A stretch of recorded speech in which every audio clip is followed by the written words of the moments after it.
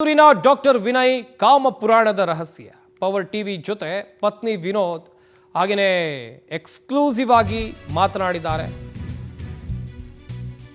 ಇದು ಮೈಸೂರಿನ ಡಾಕ್ಟರ್ ವಿನಯ್ ಕಾಮ ಪುರಾಣದ ರಹಸ್ಯ ಪವರ್ ಟಿವಿ ಜೊತೆ ಎಕ್ಸ್ಕ್ಲೂಸಿವ್ ಮಾತು.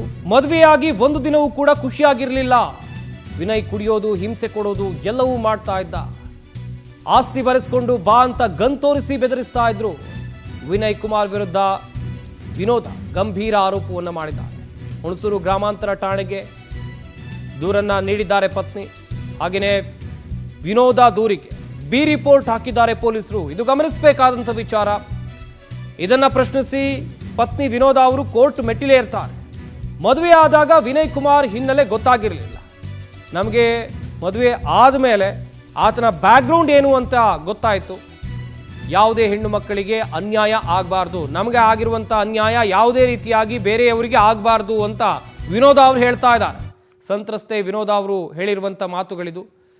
ಈಗ ಡಾಕ್ಟರ್ ವಿನಯ್ ಕಾಮ ಪುರಾಣದ ರಹಸ್ಯ ಒಂದೊಂದಾಗಿ ಬಯಲಾಗ್ತಾ ಇದೆ. ಆತನ ಕಾಮ ಪುರಾಣದ ಬಗ್ಗೆ ಪತ್ನಿ ಎಳೆಯಾಗಿ ಬಿಚ್ಚಿಟ್ಟಿದ್ದಾರೆ. ಆತನ ಹಿನ್ನೆಲೆ ಏನು, ಮದುವೆಗಿಂತ ಮುಂಚೆ ಆತನ ಹಿನ್ನೆಲೆ ಗೊತ್ತಿರಲಿಲ್ಲ, ಮದುವೆ ಆದಮೇಲೆ ಗೊತ್ತಾಗಿದ್ದು.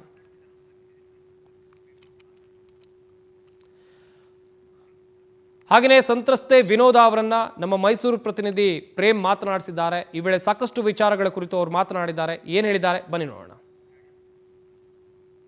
ಆಸೆ ಕನಸುಗಳನ್ನ ಹೊತ್ತು ಜನರ ಸೇವೆ ಮಾಡಬೇಕು ಅಂತ ಹೇಳಿ ವೈದ್ಯ ವೃತ್ತಿಯನ್ನ ಸೇರಿದಂತಹ ಯುವ ವೈದ್ಯನ ಸಹ ವೈದ್ಯನ ಕಿರುಕುಳಕ್ಕೆ ಬೇಸತ್ತು ಆತನಿಂದ ಹತಳಾಗಿರುವಂತದ್ದು. 12 ವರ್ಷಗಳ ಕಾಲ ಜೀವಂತ ಶವವಾಗಿ ನಿನ್ನೆಯಷ್ಟೇ ಕೂಡ ಮೃತಪಟ್ಟಿರುವಂತದ್ದು.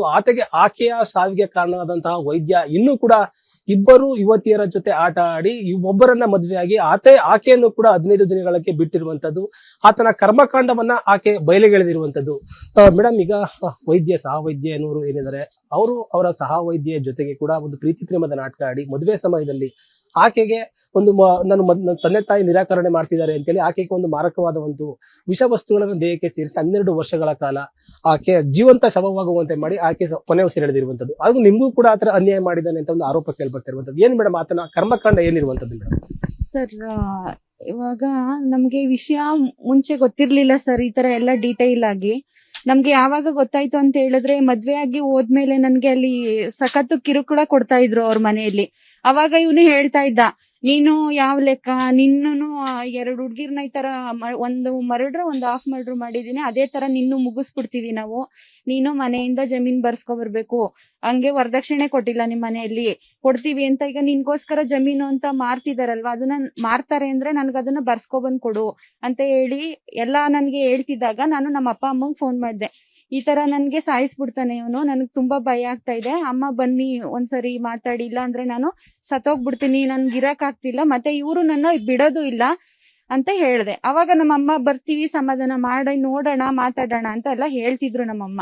ಆಗ ನಾನು ಸರಿ ಅಂತ ಹೇಳ್ಬಿಟ್ಟು ಸುಮ್ನಾದೆ. ಅದಾದ್ಮೇಲೆ ನನ್ಗೆ ಅದೇ ಕಿರುಕುಳ ಕೊಡ್ತಾ ಇದ್ರು.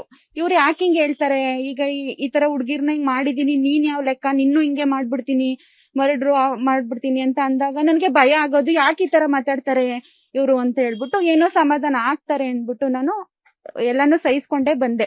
ಅದಾದ್ಮೇಲೆ ನಾವು ಇದೆಲ್ಲ FIR ಎಲ್ಲ ನಾವು ಮಾಡಿಸಿ ಆದ್ಮೇಲೆ ನಮ್ಗೆ ಯಾರೋ ಒಬ್ರು ಮೈಸೂರಲ್ಲಿ ವಕೀಲರ ಸಹಾಯದಿಂದ ಈ ತರ ಆಗಿದೆ, ಇವನ್ನ ಯಾಕಮ್ಮ ಮದ್ವೆ ಅದೇ, ಇವನು ಒಳ್ಳೆಯವನಲ್ಲ ಅಂತ ಹೇಳುವಾಗ ಅದು ಡೀಟೇಲ್ಸ್ ನ ಸರ್ ಕಲೆಕ್ಟ್ ಮಾಡಿ ಕೊಟ್ಮೇಲೆ ನಮ್ಗೆ ವಿಷಯ ಗೊತ್ತಾಗಿದ್ದು. ಸರ್, ಈ ತರ ಎಲ್ಲ ಆಗಿದೆ, ಈ ತರ ಫ್ಯಾಕ್ಟ್ ಇದೆ ಅಂತ ನಮಗ್ ಗೊತ್ತಾಗಿದ್ದು ಆಗ ಸರ್. ಅಲ್ಲಿವರೆಗೂ ಇಷ್ಟು ಎಲ್ಲ ಗೊತ್ತಿರ್ಲಿಲ್ಲ. ಅವನು ಕುಡ್ದ್ಬಿಟ್ಟು ನನ್ಗೆಲ್ಲ ತೊಂದ್ರೆ ಮಾಡ್ತಿದ್ನಲ್ಲ, ಅವಾಗ ಒಂದೊಂದ್ಸರಿ ಹೇಳ್ತಿದ್ದ ಸರ್ ಅವನು.